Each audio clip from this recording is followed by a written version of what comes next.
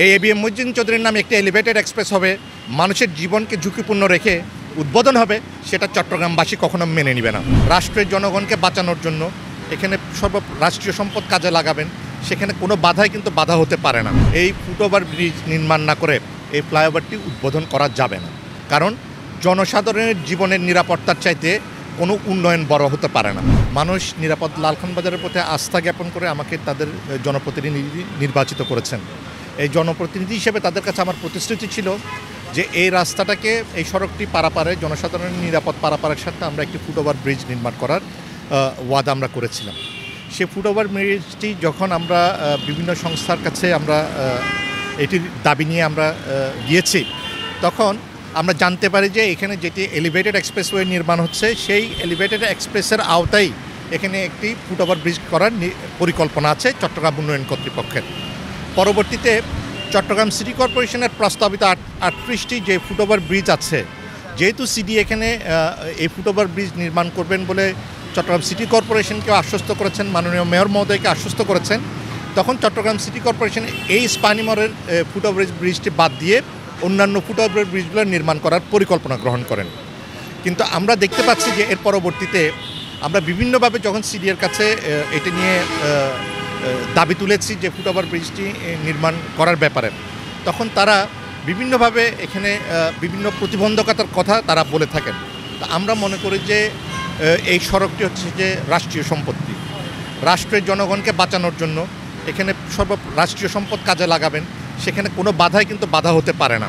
তা আমরা মনে করি যে জনজীবনের নিরাপত্তার স্বার্থে সিডিএ দেখবেন যে আখতারুজ্জামান ফ্লাইওভার নির্মাণ করেছেন, সেই আখতারুজ্জামান ফ্লাইওভারটি যখন ছিল তখনই কিন্তু মানুষ এখানে দুর্ঘটনার শিকার হয়েছেন, কারণ ফ্লাইওভার থেকে গাড়িটি নামার সময় খুব দ্রুত গতিতে নামার কারণে এখানে মানুষ পারাপারে কিন্তু এখানে গর্ভবতী নারী প্রাণহানি ঘটেছে, আমিন সেন্টারে একজন বিক্রয়কর্মী মারা গিয়েছেন, আমার একজন সাথী সহযোদ্ধা বন্ধু যে দুর্ঘটনার শিকার হয়ে পঙ্গুত্ব বরণ করেছে, এরকম অসংখ্য ঘটনা কিন্তু এখানে অবতীর্ণ হয়েছে।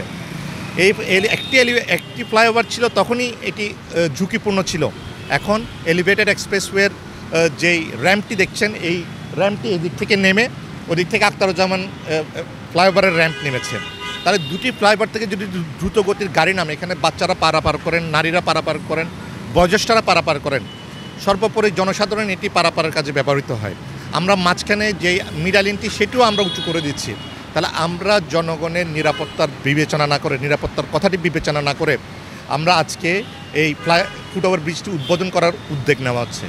সেই জায়গা থেকে আমরা বলতে চাই যে কোনো অবস্থাতেই এই ফুটওভার ব্রিজ নির্মাণ না করে এই ফ্লাইওভারটি উদ্বোধন করা যাবে না, কারণ জনসাধারণের জীবনের নিরাপত্তার চাইতে কোনো উন্নয়ন বড় হতে পারে না।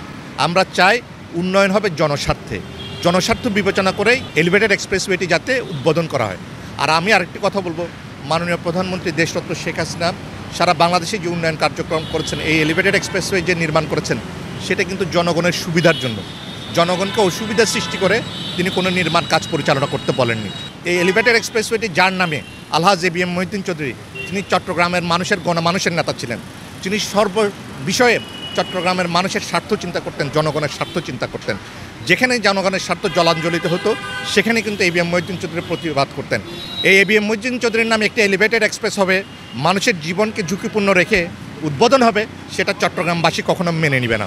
তাই আমরা মনে করি এবিএম মহিউদ্দিন চৌধুরীর নামে যে এলিভেটেড এক্সপ্রেসওয়েটি হবে, সেটি সত্যিকারের জনস্বার্থ বিবেচনা করে জনকল্যাণে সেই এলিভেটেড এক্সপ্রেসটি নির্মিত হবে এবং উদ্বোধন হবে। প্রথমে ফুটওভার ব্রিজ নির্মাণ করা হয় এবং তারপরে যাতে এলিভেটেড এক্সপ্রেসওয়ে উদ্বোধন করা হয়।